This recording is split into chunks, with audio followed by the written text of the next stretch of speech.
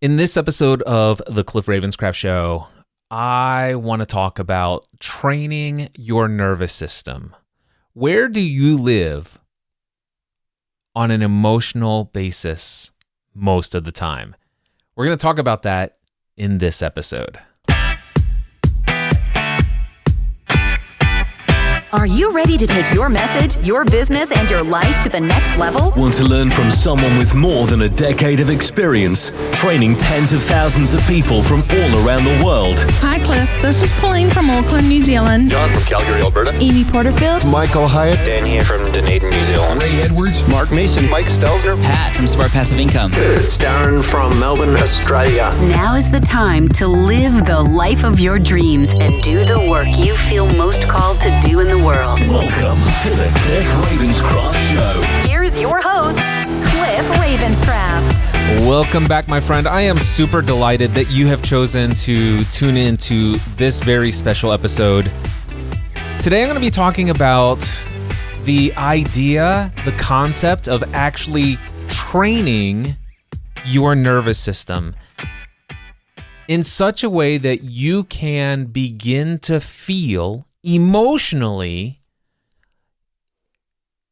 a way that you would like to show up more frequently, more consistently in your life. I happen to be recording this podcast episode. It is Friday, December 6th, 2024. And what's unique about this season of the year is that we are just beyond Thanksgiving and we are right before Christmas. And if you would have met me 10 or 15 years ago and interacted with me during this particular part of the year, the week before Thanksgiving all the way up to about the week before New Year's Eve, just right up to maybe the day after Christmas, you would not have recognized me then. Or if you knew me back then, you wouldn't recognize who I am today. Fundamentally, I experience life in a profoundly different way, not just during this part of the year, but throughout the year overall. What I'm getting at is I used to suffer from deep depression every year from Thanksgiving through Christmas. Now, there were some external factors that I might point to and to give excuse and reason for that. I could and used to argue for the fact that maybe I am suffering from, seasonal affective disorder, the fact that it's the winter months, the daylight is shorter, the days are shorter, there's less sunlight. I gave all sorts of different reasons that were offered as to why I might experience that. And quite frankly, they all seem to fit very well. Yet, one thing that I didn't hear back then was the fact that it might be possible to shift my experience from experiencing these emotional states consistently. And we're talking about sometimes 6 weeks of depression. I've never hidden the fact that I had suffered during depression in those days. In fact, I used to produce a podcast called Pursuing a Balanced Life. And there was an episode that was titled The Dark Days of December, and I can't remember. It might have been the Dark Days of December 2012. I can't remember the exact year, but I know it was called The Dark Days of December such and such, because I remember speaking very clearly about just how much I have completely lost all of my self-esteem, my confidence. I felt like there was no hope for the future. It seems like everything that I had experienced that was great seems to have come to an end. And I just felt despair. And it wasn't for a couple of hours. It wasn't for a couple of days. This was for several weeks in a row. And this, as I shared before, seemed to occur consistently every single year leading up to Thanksgiving and all the way through and just after Christmas. Now, I would love to tell you that that's the only time I ever experienced depression. It's not, though. The reality for me back then was that I would experience depression at about 2, 3, and maybe sometimes as many as 5 other times throughout any given year, 2 to 5 times a year. And those bouts of depression would last as little as 1 to 3 days and up to 2 to 3 weeks. And when I say depressed, I mean, feel like I have lost all motivation, all drive, all hope, and just feeling alone in this world. And having no real good reason for it outside of the Thanksgiving and Christmas time. At least in Thanksgiving and Christmas, I had some situations, like I said, external things that was going on in my life that I could point to. But during these other seasons, I didn't have that. And what I noticed also, in looking back is always hindsight, is 2020. You can see so much clarity when you are further removed from a scenario, and you can go back and evaluate several different patterns that were there that may not have been recognizable in the midst of experiencing the pattern. But looking back, it's very clear to see that when things went my way, the way that I desired, I experienced incredible elation, joy, excitement, passion, enthusiasm. And if something that was, and today I use the language unexpected, undesired, and inconvenient, or if the stuff hit the fan, if you will, some undesirable situation or circumstances just arisen, and it completely catches me off guard, I used to have a history of immediately shifting into an incredibly negative narrative about what that situation means for me. It would incredibly ding my feelings of worthiness, my self-worth. I would have an experience of a massive drop in self-confidence. What I never had explained to me back then is just how much of that was the result of how I had allowed my nervous system to be conditioned to experience that way of feeling emotionally over and over again. Now, I want to say this. I am no licensed professional. And if you experience depression, please, whatever you do, don't take advice from me on how to deal with that if this is a significant issue for you in your life. However, if for you, maybe you don't deal with the depths of depression, but maybe you just have a routinely low self-esteem.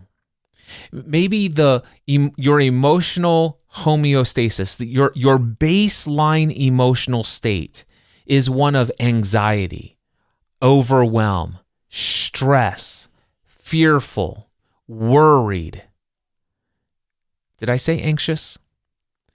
So if that's your baseline and you're navigating the day-to-day life and making decisions based upon your fear, your worriedness, your feeling of scarcity, your lack of self-confidence, your lack of zeal and passion, if this is something that is not maybe like every single day, but it seems to be that if there isn't something out of the ordinary that's extraordinarily going well for you, and if there's not something that's going so tragically terrible for you, but yet if it's just kind of like, life is pretty much the same, day in, day out, day in, day out, day in, and day out. There's nothing really out of the ordinary happening, but your baseline is stress, worry, anxiety, fear, feeling like an imposter, all of this stuff.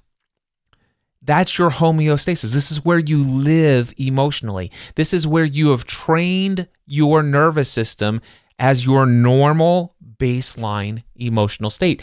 Nobody ever once even suggested that that might be something that I had done.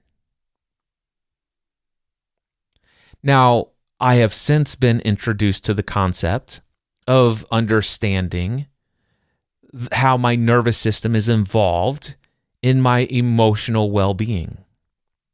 And today I'd like to introduce the concept to you and see if we can't relate it to how you are experiencing life. So the first thing that I want to share with you is the science behind your emotional state. A friend of mine wrote a book a couple years ago. He was one of my clients in the Next Level Mastermind, and through a lot of encouragement, and actually he hired another member of the Next Level Mastermind from at the time I had two different groups of the Next Level Mastermind. Kevin Davis wrote a book, Young and Strong at 40 and Beyond, or something like that. It's in the other room. But anyway, he wrote this book, and it was an idea and a concept. And my friend Leslie Graham in the AM group of the Next Level Mastermind had started a new business called Write a Book, or Turn It Into a Book, or something like that. And so these two connected, and he hired her, and this book came out. And I remember reading it. It was the first time that I heard the scientific explanation of the sympathetic and parasympathetic nervous system. Now, have I heard those phrases before? Had I learned these concepts that I'm sharing with you today before? Yes, I did.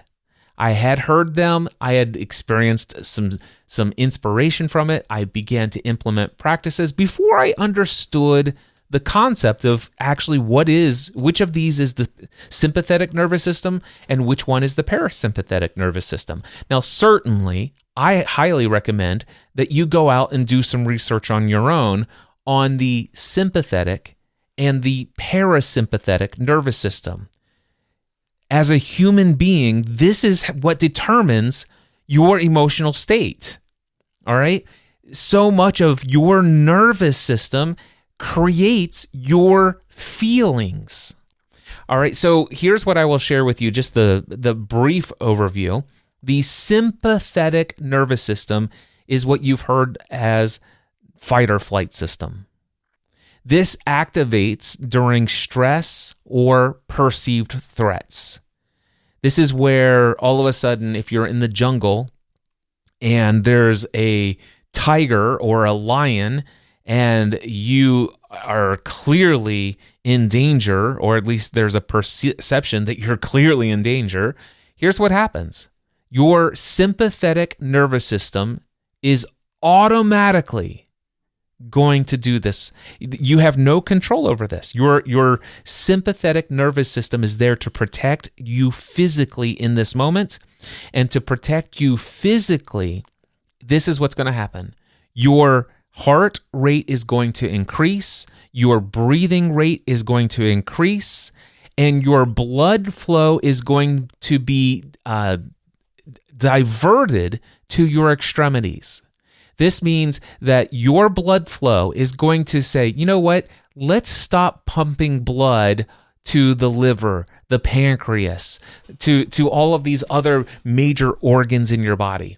Right now, the most important part of the body that needs to get this blood flow, it's the arms, it's the legs, because we either need to run for our life or we need to start swinging and fighting for our life. We need to either take flight or be ready to fight, and we need our extremities for that.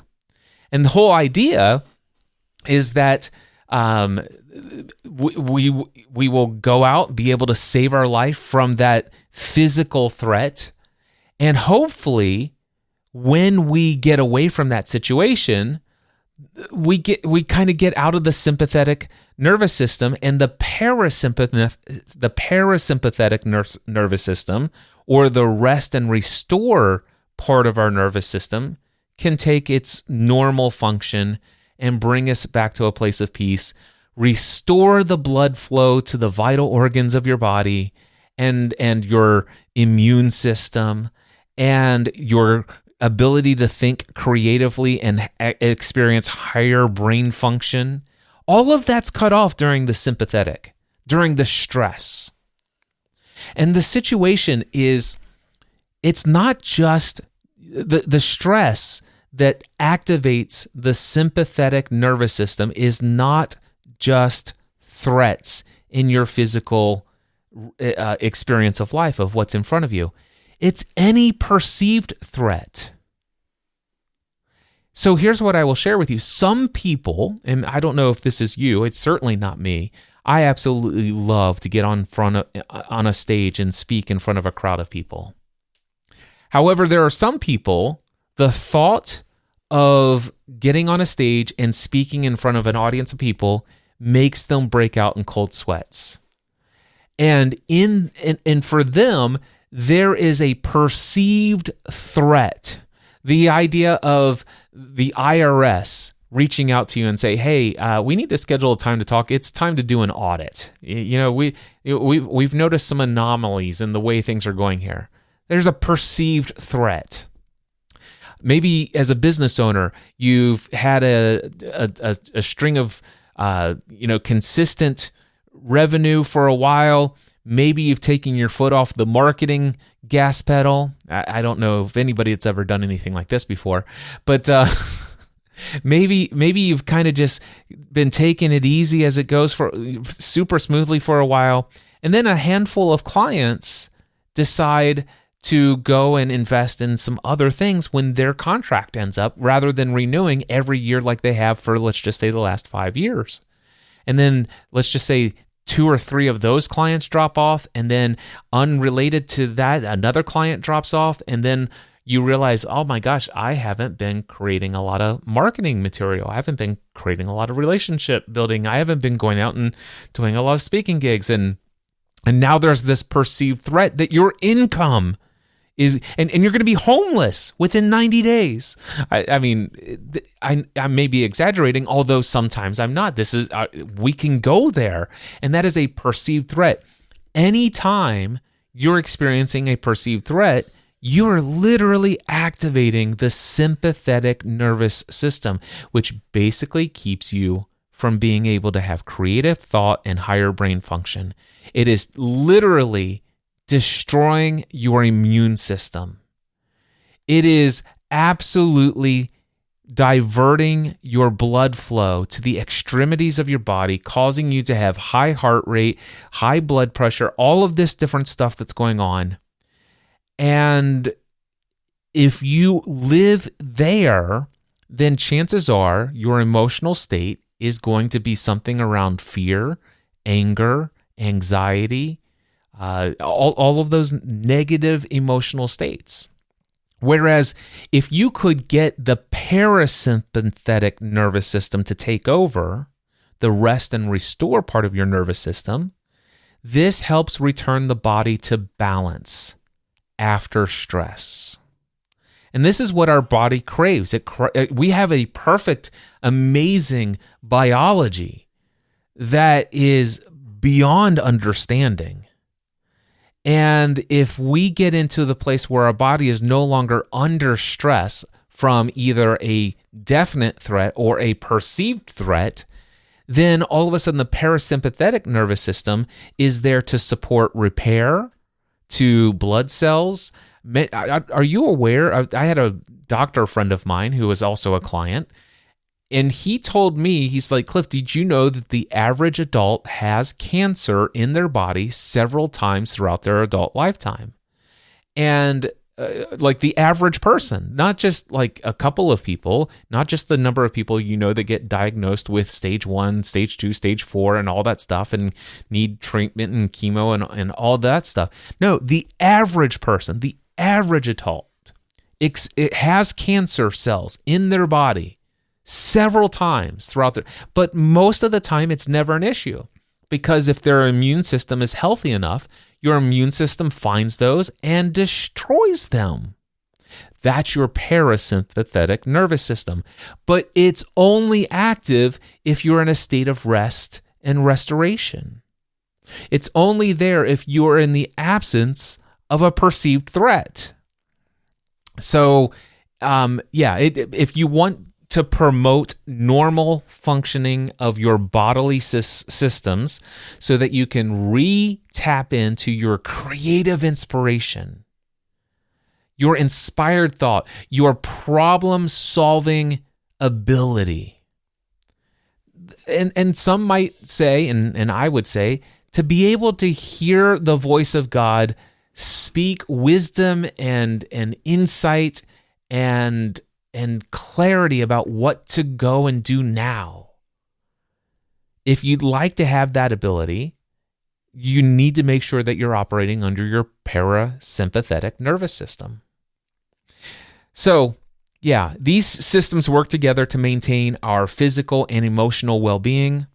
However, I just need to emphasize that chronic stress can keep us stuck in a sympathetic dominance, which is never going to be healthy for you long term.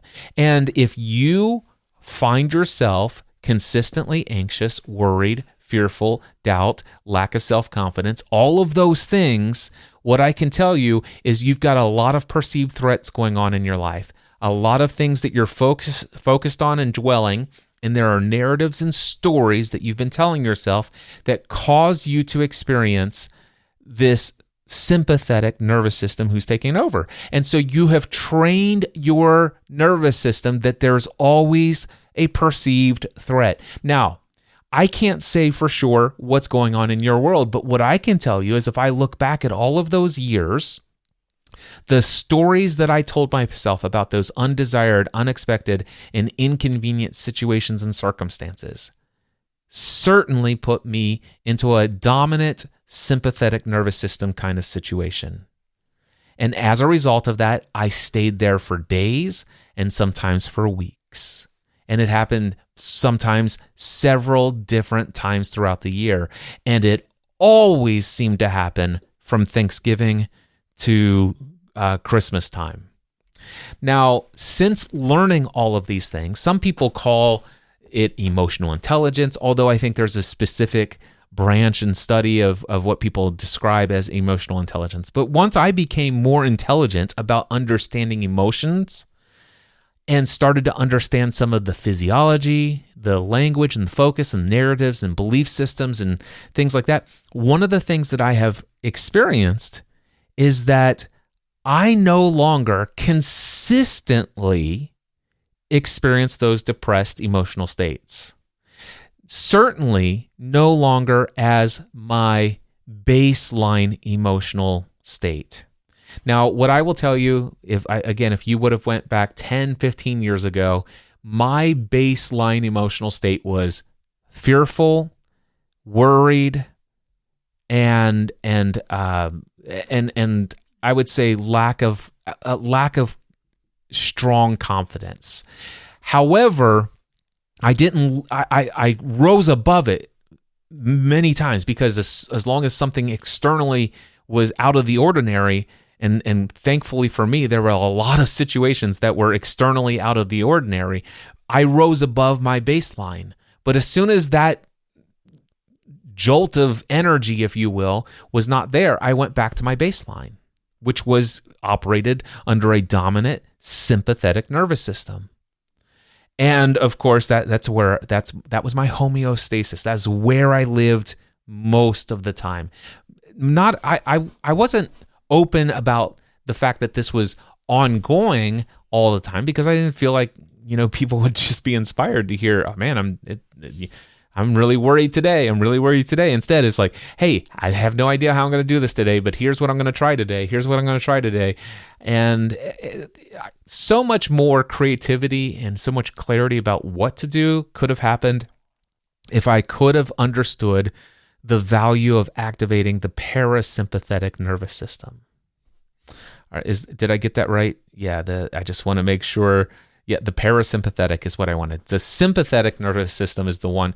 Now, actually, I'm wondering if I just told you a couple of times that I was under the parasympathetic. Anyway, I think you've understood what I'm saying.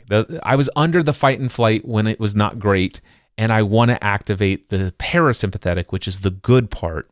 All right, it is the balance and the rest, and it's yeah. Anyway, all right. So a couple of things that have worked for me that has radically shifted my experience of how to change my baseline emotional state. The first one is as simple as breathing.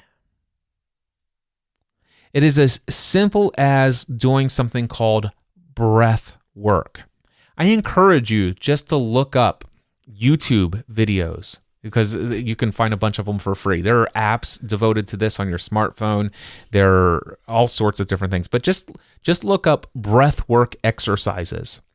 You'll find things like box breathing or the 4-7-8 breath to calm your nervous system. You'll find different ways to focus on breathing that will actually activate. It'll take you out of your mind, all the voices in your head, get you focused on your breathing, and slowly kick in the parasympathetic nervous system so that you will begin to all of a sudden experience all of the things in your biology that brings about balance and restores your ability to think creatively. So the first thing that I would do is change your breath. Change your breathing, focus on your breathing, and learn breath work techniques and implement them. The second thing that I learned was, I would say, mindfulness and meditation. And while there are some mindfulness meditations, there is a difference between what mindfulness is and what meditation is, and they can be combined. So for me, what I'll say is mindfulness is being in the moment and being aware of what's going on in the moment. And it's the difference for me being like, oh my gosh, I am so angry right now. I can't believe that this person has done this injustice to me. I am so angry. That would not be mindful. That would be a conditioned response that happens unconsciously. It's just automatic. So mindfulness would be, oh my gosh, I am aware that as a result of what just occurred and what I just became aware of, I am aware that there are feelings of anger inside of me right now. And I'm aware that that there's a feeling of rage. There's a desire to lash out. There's a desire to respond with something angry and biting and spiteful in return. I'm aware of that happening inside of me right here, right now. Just being mindful of it, not judging it, but just being mindful of it. Am I aware? It's the difference, like, I am angry, or I am one who is aware that angriness or anger is welling up within me. So there's a lot more to mindfulness beyond that, but it's the basic way that I would encourage you to consider if you would like to shift and alter your baseline emotional state.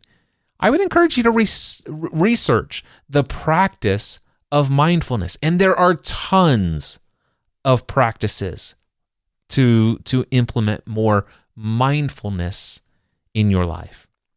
Meditation, like I said, they can be very much aligned, but meditation is somewhat of a unique and interesting strategy in and of itself.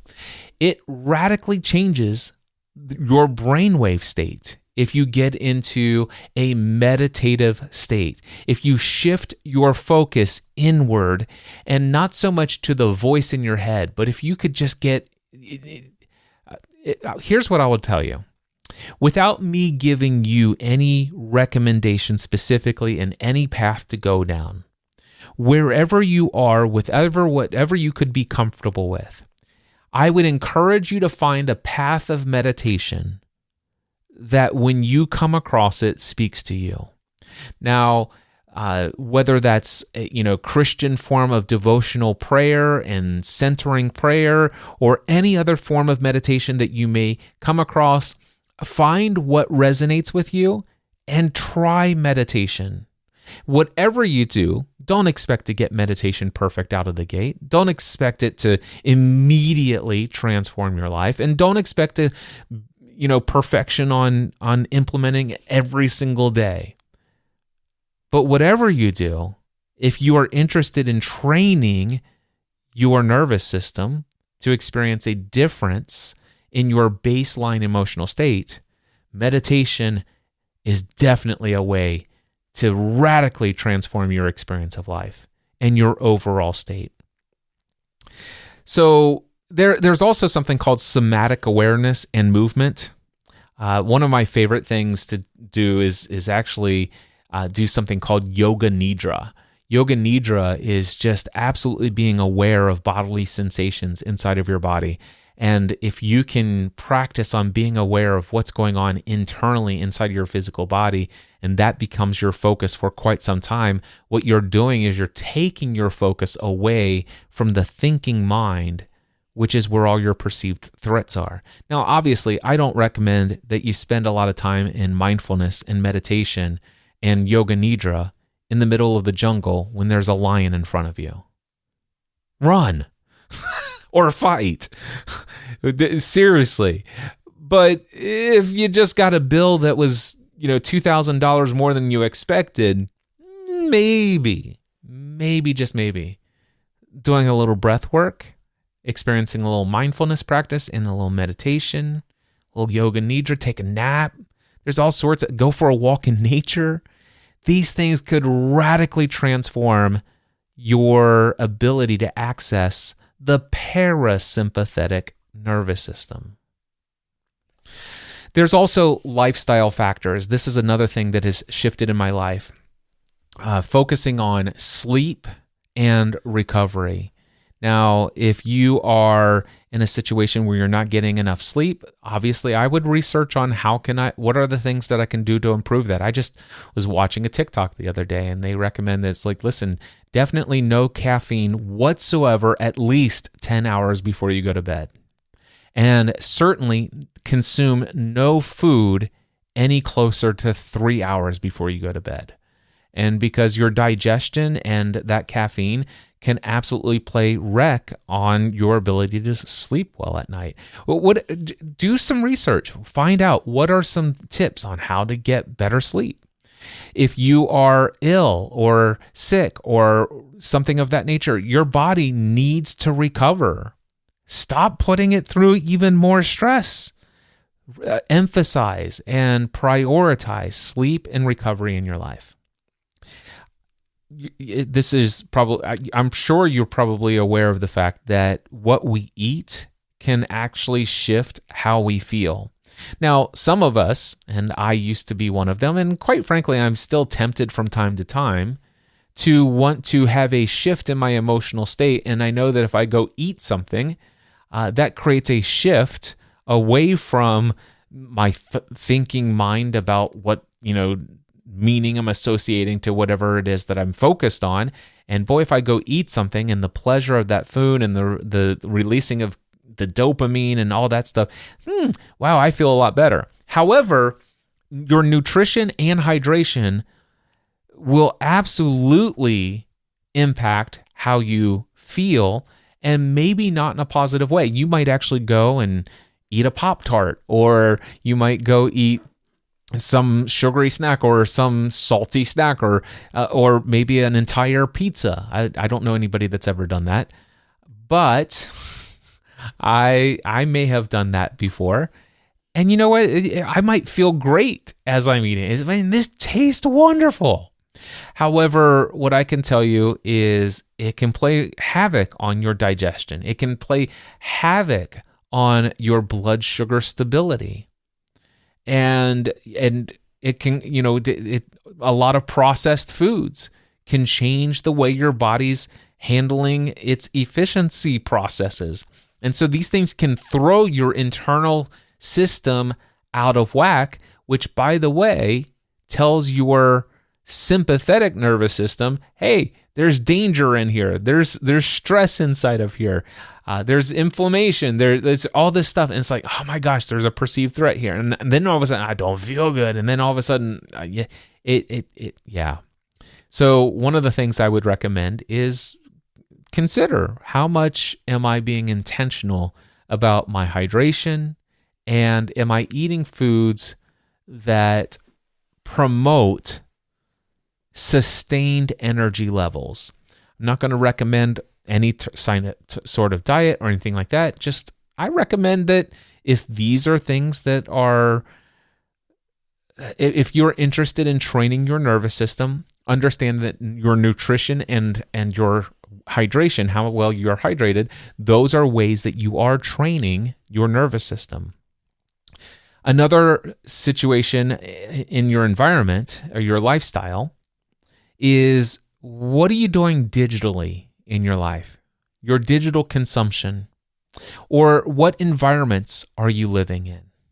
If you're living in an environment where, quite frankly, everybody around you is always yelling and being nasty and backbiting and lying and stealing and maybe, just maybe, you might want to find a different environment to be in.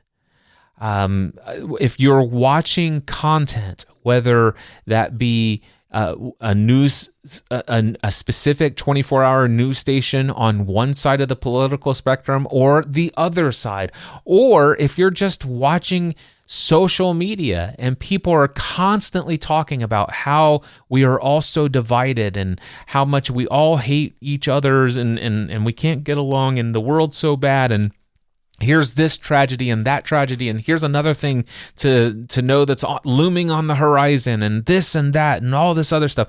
Well, guess what? There's a lot of perceived threats out in the world. And so maybe, just maybe, some sort of detox digitally might be something worth looking into. Or maybe spending some more time out in nature, or going for weekend drives through some scenic parts of the state you live in. I've done a lot of that lately, and it's been beautiful.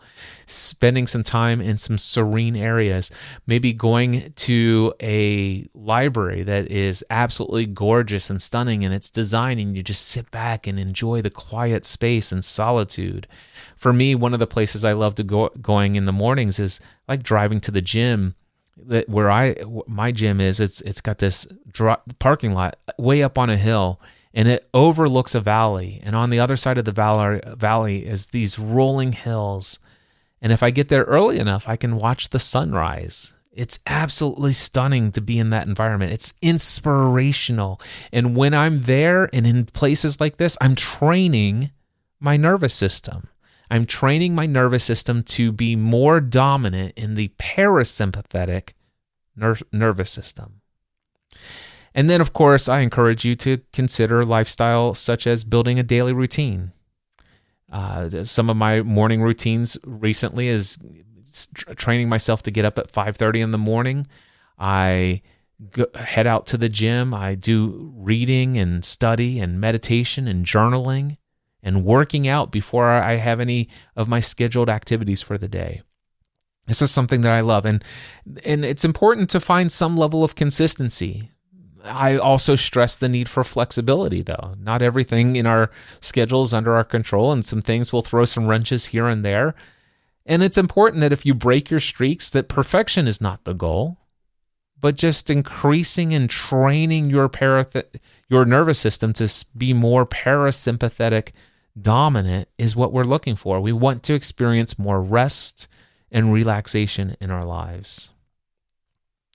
So I just want to encourage you that you can experience peace, love, confidence, joy, contentment, and feeling fulfilled as your dominant baseline emotional state. Today, what I just shared, that's my baseline emotional state.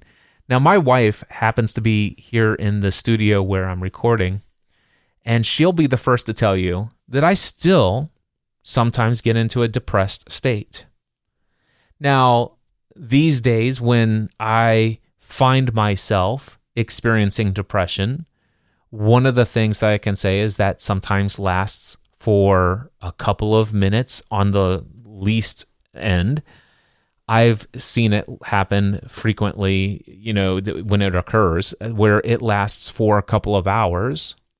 And I think maybe in the last 5 years, the most I've experienced it is maybe a day or maybe 2 or 3 days. Never really anywhere close to what I used to, but I still have the ability to be depressed. I still have the ability to have perceived threats and dwell on them. I still have the ability to do that. Yet it's not my dominant emotional state. And that's what shifted, because I have had a practice of breath work, of meditation, self-reflection, personal self-care, spending time in nature. I've shifted and worked out on a consistent basis. I eat healthier. I'm not perfect in any of those things that I'm talking about, but I'm consistent overall in all of them. And as a result, I've been able to radically train my nervous system for my emotional well-being. I have rewired my inner baseline. And I just wanted to encourage you, as you're getting ready to go into 2025, evaluate.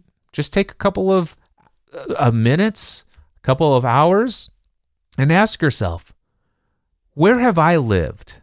Where has my emotional inner baseline been over the last several years? And is that what I want to experience over the next several years? And if not, I would encourage you to research all of the things that I've talked about in this episode as means of rewiring and training your nervous system. Thank you so much for tuning in to another episode of the Cliff Ravenscraft Show. If you find yourself resonating with the kind of content that I am creating here, I would love to hear from you. My email address is cliff@cliffravenscraft.com. Just email me. Tell me what's going on. Tell me something that is an insight that was helpful for you today.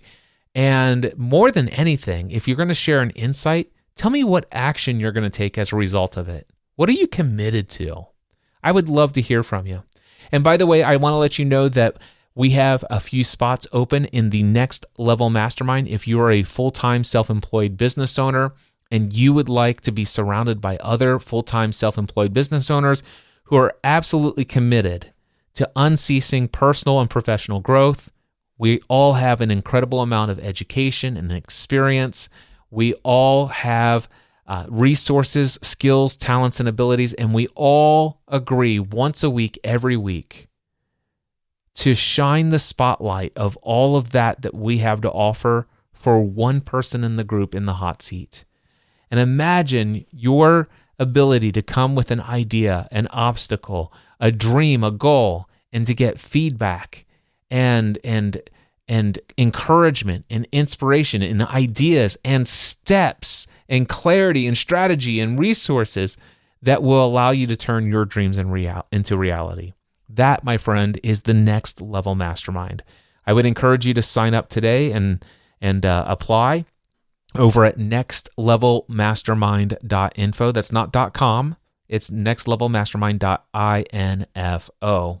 And if you are an aspiring or early stage entrepreneur and you're not making at least $10,000 a month every month, I have a weekly group coaching program called the Next Level Coaching Program, and it is for aspiring and early stage entrepreneurs.